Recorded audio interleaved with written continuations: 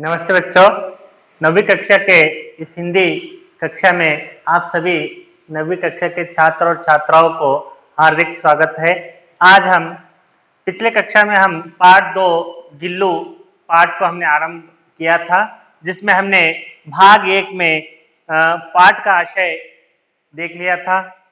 उसके साथ साथ लेखिका परिचय और उसके साथ साथ पाठ के कठिन शब्दार्थ और पाठ का सारांश थोड़ा सा हमने देख लिया था।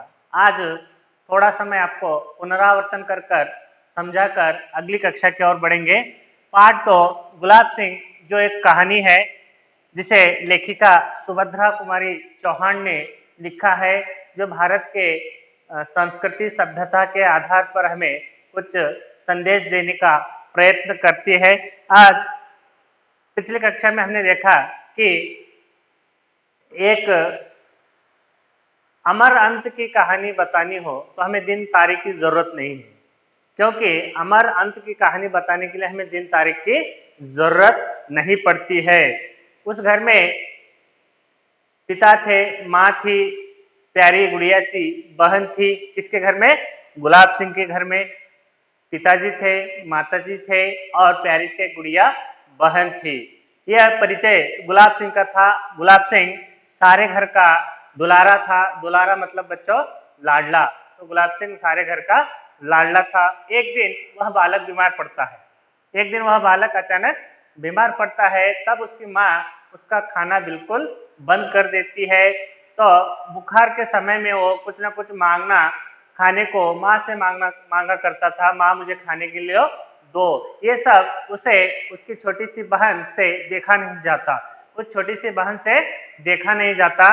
तो वो क्या करती है, चुपके से बहन भाई के लिए गुड़ और चना लाकर खिला देती है।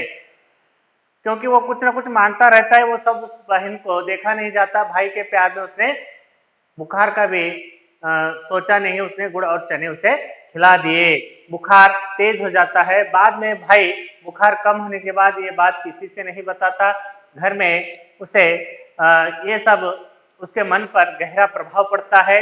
ये सब हमने पहली कक्षा यानी गुलाब सिंह भाग 1 में हमने पढ़ा था। आज हम बच्चों अपना अपना टेक्स्ट बुक निकालो, जिसमें पेज नंबर 10 पैरा नंबर 3 से हमें इस चैप्टर को बोलना है।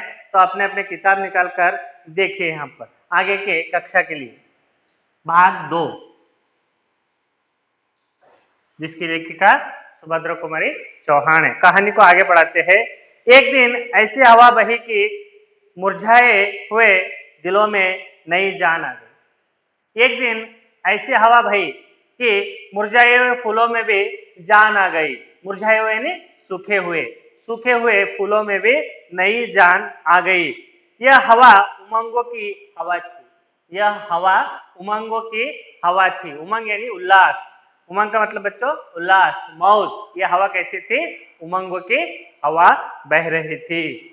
बड़ा भारी जुलूस निकलना था, पर बादशाह का हुक्म था कि जुलूस न निकले, शहर में आतंक छा जाएगा। बादशाह का हुक्म था। एक दिन उस जहां गुलाब सिंह रहता है उस गांव में उमंगों की हवा बहती है। मुरझाए हुए फूलों में भी, दिलों में भी जान आ जाती है। तो यह हवा क्या थी? उमंगों की हवा थी, उल्लास की हवा थी, मौज की हवा थी। ऐसी क्या बात थी? वो बड़ा भारी जुलूस निकलने वाला था। उस शहर में एक बड़ा भारी जुलूस निकलने वाला था। जुलूस का मतलब होता है जन यात्रा। जुलूस का मतलब क्या होता है बच्चों? जन यात्रा। जो जुलूस निकलने वाला था, पर बादशाह का मतलब किंग, जिसे हम राजा भी कहते हैं। बादशाह, किंग या राजा भी आप उसे कह सकते हैं। बादशाह का हुक्म था कि जुलूस न निकले। बादशाह ने एक ऑर्डर दिया था, हुक्म दिया था, आज्ञा दी थी लोगों को कि कोई जुलूस न निकले। क्यों? कि बादशाह है, उसका हुक्म मानना पड़ेगा। किस लिए न निकले जुलूस? उसका कारण भी यहाँ बताया है। शहर में आतंक छा जाएगा। आतंक का मतलब हर तरफ डर फैल जाएगा। हर तरफ एक ऐसा माहौल पैदा होगा कि इंसान डर कर रह जाए, आतंक छा जाएगा। तो इसलिए शहर में जुलूस न निकला जाए। शहर यानी नगर, जुलूस कौन सा भी न निकला जाए। आगे देखिए बच्चों, बड़ा आया बादशाह, क्यों न निकले जुलूस? क्यों ना निकले हमारा झंडा, भाई ने बहन से कहा। यहाँ पर भाई और बहन यानी गुलाब सिंह और उसकी छोटी सी गुड़िया सी बहन दोनों में वहां पर चर्चा हो रही है कि ये बादशाह कौन है और क्यों जुलूस निकालने से हमें रोक रहा है। हमारा जुलूस जरूर निकलेगा। वो कह रही है बड़ा आया बादशाह, क्यों ना निकले जुलूस, क्यों ना निकले हमारा झंडा। भाई ने बहन से कहा। बहन से भाई कहता है कि हमारा जुलूस निकलेगा, बादशाह हुक्म देता है तो देने दो। इस प्रकार से भाई बहन के बात चलती आगे। बहन बोलती है, बहन बोली कौन है यह बादशाह।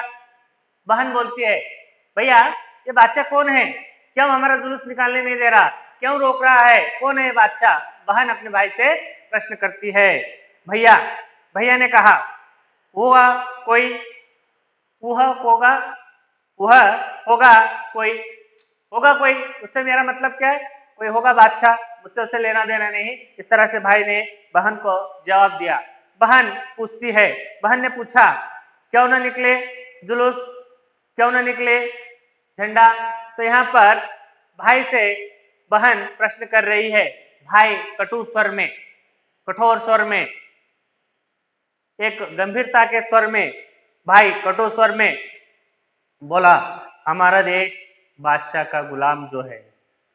बहन पूछ रही है भैया क्यों नहीं निकलेगा जुलूस, क्यों नहीं हम झंडा फहरा सकते, तो क्या बात है, ये बादशाह कौन है। तो उसके ऊपर भाई का उत्तर होता है बहन हमारा देश गुलाम जो है, हमारा देश दूसरों के अधीन में है, हमारा देश गुलामी में है, तो इसलिए हमें उस बादशाह की बात माननी पड़ेगी। हमारा देश जो बादशाह का गुलाम है। एक कठोर स्वर में, कटु स्वर में कौन बोलता है, गुलाब सिंह अपनी बहन से उत्तर देता है। गुलाब सिंह का उत्तर था तब तो जरूर निकलेगा जुलूस, निकले जुलूस, हमारा हम जरूर फहराएंगे अपना झंडा, देखते हैं कौन रोकता है हमें। तो वहां पर दोनों ने निर्णय कर लिया कि हम गुलाम है सही, लेकिन हम हमारा जुलूस और हमारा झंडा जरूर फैलाएंगे। उत्तर था तब तो जरूर निकले जुलूस, हम जरूर फहराएंगे अपना झंडा, देखते हैं कौन रोकता है हमें। तो इस प्रकार से भाई और बहन में चर्चा होती है। किसके किसके बीच में बच्चों, गुलाब सिंह और उसकी प्यारी सी गुड़िया सी बहन के बीच में ये दोनों बातचीत चल रही है। आगे देखो, झंडे की तैयारी होने लगी। अब जुलूस तो निकलेगा बोलकर तय किया गया। जुलूस के लिए मेन नेतृत्व करने वाला, स्वतंत्रता का संकेत जो झंडा है उसकी तैयारी करने में भाई बहन जुटे हैं। झंडे की तैयारी होने लगी। बहन ने अपनी पुरानी ओढ़नी फाड़ कर झंडा बना लिया। बहन ने अपनी पुरानी ओढ़नी, ओढ़नी किसे कहते हैं बच्चों मालूम है, ओढ़नी दुपट्टा या चुनरी भी कहा जाता है। ओढ़नी जिसे महिलाएं पहनने वाला एक वस्त्र होता है उसे ओढ़नी या चुनरी या दुपट्टा भी कहा जाता है। तो यहाँ पर बहन ने अपनी पुरानी ओढ़नी फाड़ कर उसे झंडा बनाना तैयार किया। झंडा बनाने का काम तैयार हो गया। लाल हरा रंग भी चढ़ गया। अब झंडे पे क्या हुआ, लाल और हरा रंग भी चढ़ गया। जिस झंडे के कलर क्या थे, लाल और हरा रंग, झंडा बन गया। लाल हरा रंग भी चढ़ गया। भाई ने उसे अपने खेलने के डंडे से बांध लिया। भाई क्या करता है, अब उसको बहन ने अपनी पुरानी ओढ़नी फाड़ कर उसे झंडे में सी दिया और उसमें लाल और हरा रंग भी लगा दिया। अब भाई उसे अपने खेलने वाले डंडे से, खेलने वाले लाठी से उसे क्या करते हैं, उस झंडे को तैयार कर लेता है, बांध लेता है। झंडा तैयार था, झंडा तैयार था। जुलूस निकालने का तो निर्णय पहले ही हो चुका था। अब उसका मेन स्वतंत्रता के रूप में जो ध्वज बनाया गया है उसकी भी तैयारी हो चुकी थी। अब भाई झंडा लेकर चला। अब सब तैयारी हो गई। भाई कौन, गुलाब सिंह झंडा लेकर जाने के लिए तैयार हो चुका। अब भाई झंडा लेकर चला और अरे भाई जाते कहाँ हो। अब बहन पूछ रहे, भाई झंडा लेकर जाने के लिए तैयार हुआ, तो बहन वहां पर प्रश्न कर रही है, अरे भाई जाते कहाँ हो, हम भी साथ चलेंगे, बहन ने आग्रह से बोली। अब भाई झंडा लेकर जाने के लिए तैयार है, बहन रोकती है, अरे भाई जाते कहाँ हो, तुम अकेले चले जाओगे, हम भी तुम्हारे साथ चलेंगे बोलकर कौन किसे आग्रह करती है, बहन भाई से आग्रह करती है। बहन किससे आग्रह करती है? आग्रह का मतलब बच्चों विनती, गुजारिश, रिक्वेस्ट जो कहते हैं हम, भैया मैं भी तुम्हारे साथ इस जुलूस में झंडा लेकर चलूंगी और तुम मुझे अकेले छोड़कर जा रहे हो। इस तरह से प्रश्न भाई को पूछने के बाद भाई अपनी छोटी प्यारी गुड़िया को क्या जवाब देता है? पर बहन बड़ी दूर जाना है, तुम थक जाओगी, वो बोल रही है। गुलाब सिंह अपनी छोटी सी बहन को समझा रहा है, बहन बहुत दूर जाना है, बहुत दूर जाना है हमें, तुम थक जाओगी। थक जाना है नहीं, थकावट हो जाएगी, तुमसे नहीं होगा। नहीं भैया, बहन बोल रही है। नहीं भैया, भाई बोल रहा है। नहीं बहन, एक दूसरे को उत्तर दे रहे। नहीं भैया, बहन बोल रही है। नहीं भाई, नहीं बहन, भाई बोल रहा है। जुलूस कौन बनाएगा? बहन पूछ रही है, जुलूस कौन बनाएगा? तुम झंडा उठाना, हम जुलूस बनाकर चलेंगे पीछे पीछे। वो बहन बोल रहे, जुलूस कौन बनाएगा भैया? तुम झंडा उठाना, हम जुलूस बनाकर चलेंगे पीछे पीछे। तुम झंडा या ध्वज लेकर आगे चलो, मैं तुम्हारे पीछे जुलूस बनाते हुए पीछे चलूंगी, बोलकर बहन इससे बोल रही है, गुलाब सिंह से। गुलाब सिंह क्या कहते हैं देखो, नहीं रानी, तुम जुलूस नहीं, तुम एक काम करो, हमें रोली का तिलक लगाकर विदा करो, जैसे राजकुमारी अपने भाई राजकुमार को विदा करती है। चित्र दिया है यहाँ पर बच्चों, पेज नंबर 11 पर चित्र दिया है, चित्र को देख लीजिए। वहां पर भाई झंडा लेकर जा रहा है घर के बाहर और बहन उसकी आरती उतारने के लिए तैयार है। तो यहाँ पर क्या बोलता है, बहुत दूर जाना है बहन, तुम थक जाओगे, मत चलो, तुम एक काम करो, तुम काम करना चाहती हो तो एक काम करो, तुम क्या करो? नहीं रानी, यानी प्यार से बहन को क्या कह रहा है गुलाब सिंह? रानी का संबोधित कर रहा है। नहीं रानी, तुम जुलूस नहीं, तुम एक काम करो, हमें रोली का तिलक लगाकर विदा करो, जैसे राजकुमारी अपने भाई राजकुमार को विदा करती है। रोली का मतलब होता है बच्चों तिलक लगाने वाला पाउडर, लाल कुमकुम बोलते हैं ना, रोली उसे कहा जाता है। जो तिलक लगाने का जो पाउडर होता है, कुमकुम कहते हैं, उसे रोली कहा जाता है हिंदी में। जो एक पाउडर लाल रंग का पाउडर रहता है जिससे तिलक लगाया जाता है। एक काम करो, तुम रोली का तिलक लगाकर हमें विदा करो, जैसे एक राजकुमारी अपने भाई राजकुमार को युद्ध के लिए जाने के लिए या कहीं दूसरे काम के लिए जाने के लिए आरती उतारकर तिलक लगाकर भेजते हैं ना, वैसा ही तुम राजकुमारी बनो और मैं राजकुमार बनूंगा। तुम मुझे रोली का तिलक लगाकर आरती उतारकर मुझे विदा करो, बोलकर कौन कहता है? यहाँ पर गुलाब सिंह अपनी बहन से कहता है। बहन ने खुशी की किलकारी के साथ ताली बजाई और दौड़कर थोड़ी सी रोली, थोड़े से चावल सजा लाई। बहन को बहुत खुशी हुई भाई की बात सुनकर। बहन किलकारी के साथ यानी ठहाके के साथ खिलखिलकर हंसने लगी, खुशी के मारे हंसने लगी। वो अपने घर में जाकर क्या करती है, एक थाली में दौड़कर थाली में क्या करती है, थोड़ी सी रोली यानी कुमकुम लाती है और थोड़ी से चावल सजा लाती है थाली में। ये सब लाती है कौन? बहन। आगे देखो, थाली में एक दिया भी जल रहा था। भारतीय संस्कृति में ही ऐसा है जहां पर हम अपने भाई या अपने बुजुर्गों के लिए ईद त्योहार पर या रक्षाबंधन पर या दीपावली के त्योहार पर हम अपने घर में आरती, भगवान की आरती, दुनिया में ऐसा कौन सा देश नहीं है जो आरती नहीं कर सकता। जैसे भारत में संस्कृति में आरती उतारने की एक प्रथा है जो सुभद्रा कुमारी चौहान ने इस पाठ द्वारा भारतीय संस्कृति को भी बताने का काम किया है, जिसमें ये आरती, पैर छूना, ये सब भारतीय संस्कृति को बताने का काम सुभद्रा कुमारी चौहान ने अपने लेखन के द्वारा बहुत से बारे में बताया है। तो उसी प्रकार यहाँ पर बहन खुशी की किलकारी लगाते हुए, ताली बजाते हुए दौड़कर अंदर चली जाती है। थाली में थोड़ा सा रोली रहती है, रोली का मतलब कुमकुम, और थोड़े से चावल सजाकर उसमें एक दिया रख कर आती। क्या रख लेते हैं? थाली में एक दिया जल रहा था। आपको प्रश्न पूछेगा बच्चों 1 अंक के लिए, थाली में क्या जल रहा था? थाली में दिया जल रहा था। तो बच्चों आपको यहाँ पर एक प्रश्न आता है, कि थाली में क्या जल रहा था, तब आपको उसको उत्तर लिखने आना चाहिए कि थाली में एक दिया जल रहा था। थाली में एक दिया जल रहा था। थाली में एक दिया जल रहा था। भाई की आरती उतारनी थी, तो बहन ने सब तैयारी की। जैसे भाई और बहन को राजकुमार और राजकुमारी की तरह विदा करना था, तो बहन ने आरती की ताली तैयार कर लाई। अब देखिए आगे क्या होता है। मुंह के चारों तरफ घूमती थाली एक आभा मंडल बनने लगी। यहाँ पर बच्चों आभा मंडल नया शब्द है आपको सुनने में। तो आभा मंडल किसे कहते हैं, इसे मैं आपको थोड़े समझाता हूँ। आभा मंडल हम उसे कहते हैं जब हम एक भगवान के घर में, अपने पूजा घर में आरती जलाते हैं या दिया जलाते हैं, जलाने के बाद उसका प्रकाश जो फैलता है ना, उसे आभा मंडल कहते हैं। अब लाइट बंद कर दो, दिया जलाओ तो उसका प्रकाश पूरे कमरे में फैल जाता है।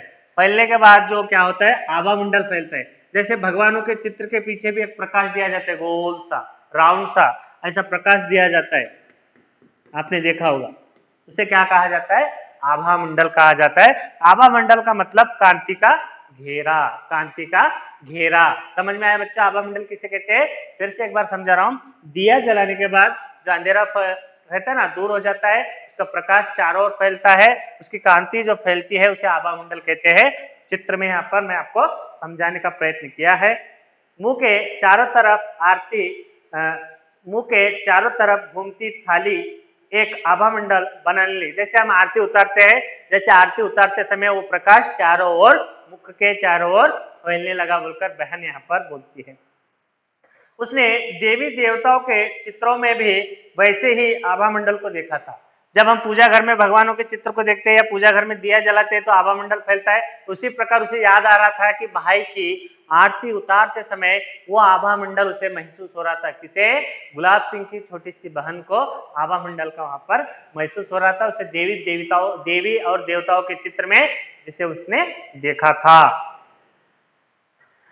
भाई के चारों तरफ वैसे ही आभा मंडल देखकर वो बहुत खुशी हुई। जैसे चित्रों में देखा था, उसे देखकर आरती उतारते समय जो आभा मंडल उसे दिख रहा था, उसे देखकर बहन बहुत ही खुश होती है, बहुत ही संतोष होती है।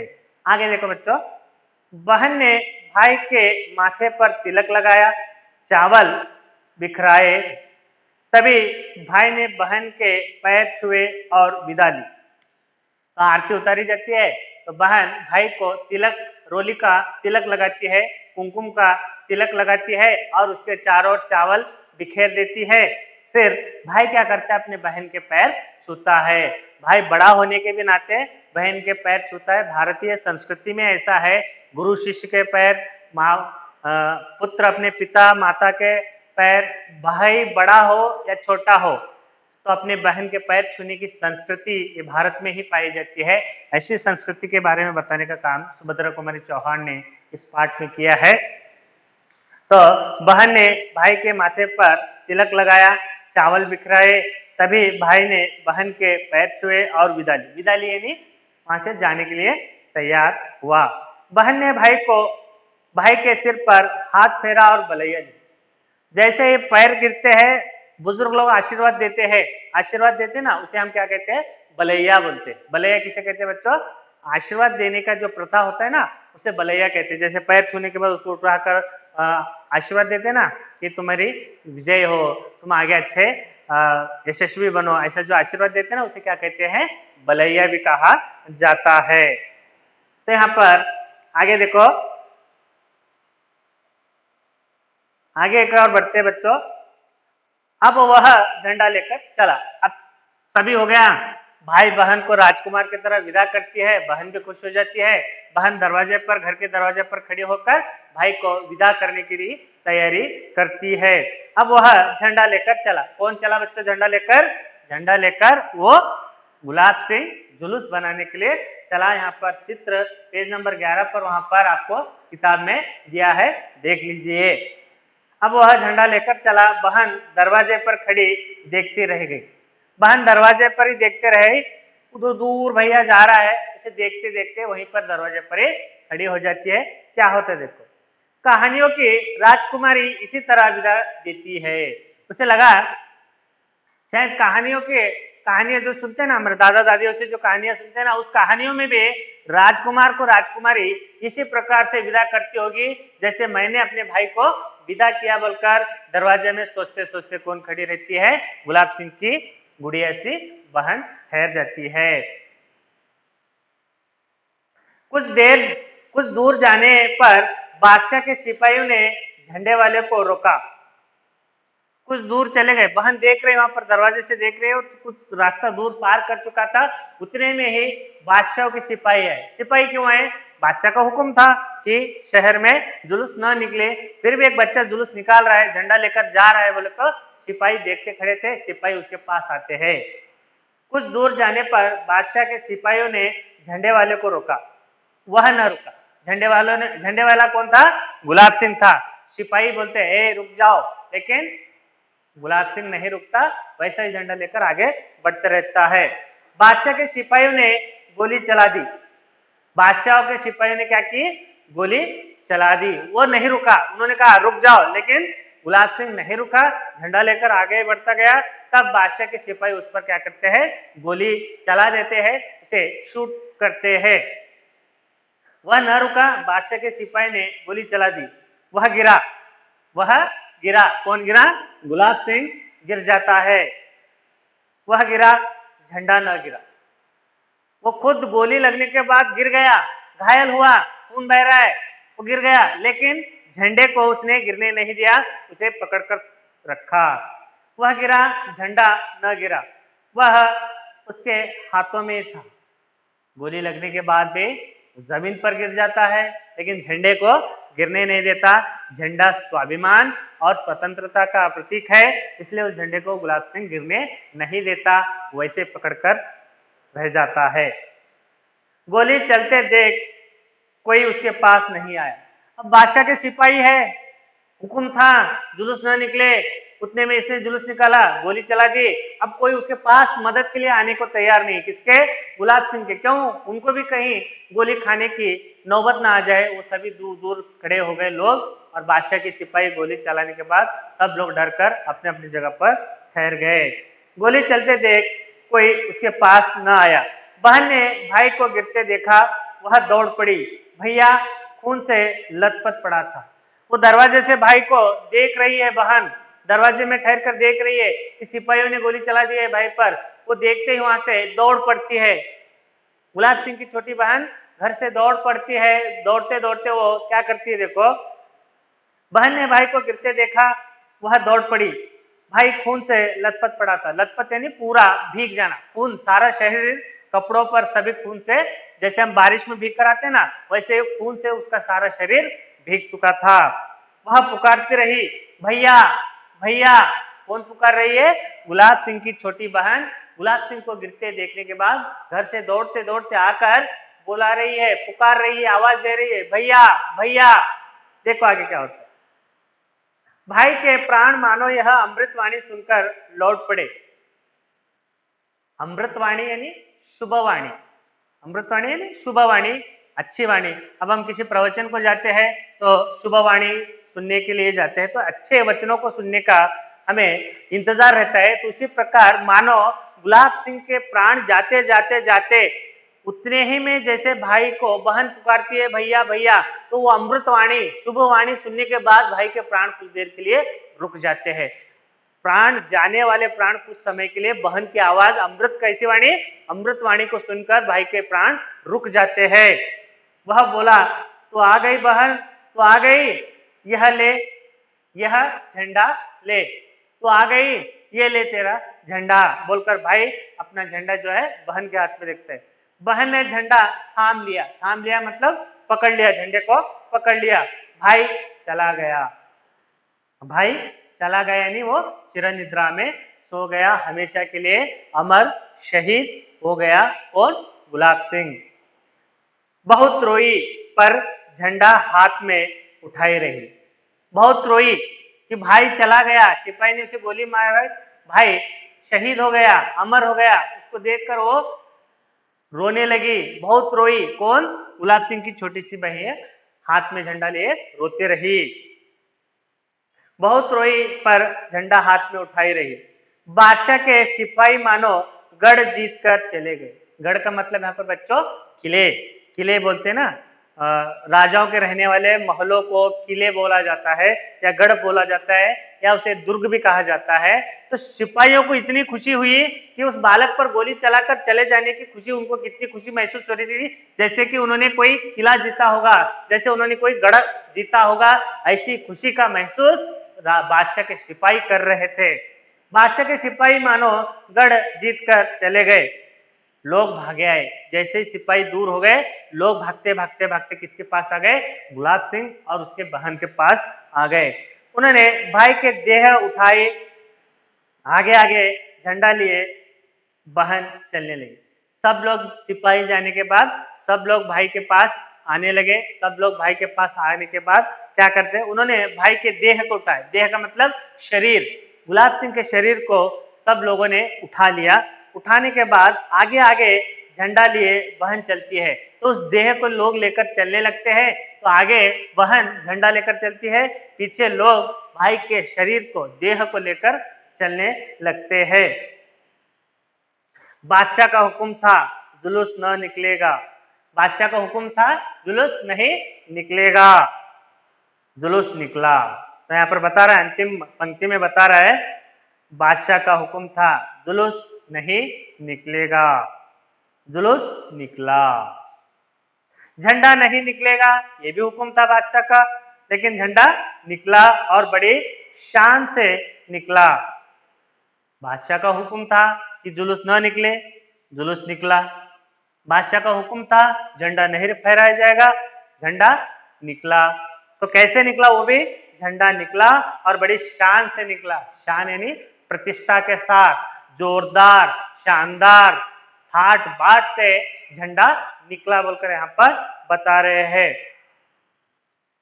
तो बादशाह के हुक्म का झंडा भी निकला और जुलूस भी निकला। वो कैसे निकला बच्चों? बड़े शान के साथ और ठाट बाट के साथ निकला।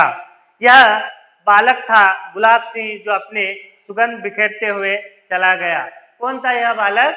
यह बालक था गुलाब सिंह। यह बालक कौन था? गुलाब सिंह, जिसने अपने देश के लिए अपने प्राण को निछावर कर दिया। वो बालक कौन था?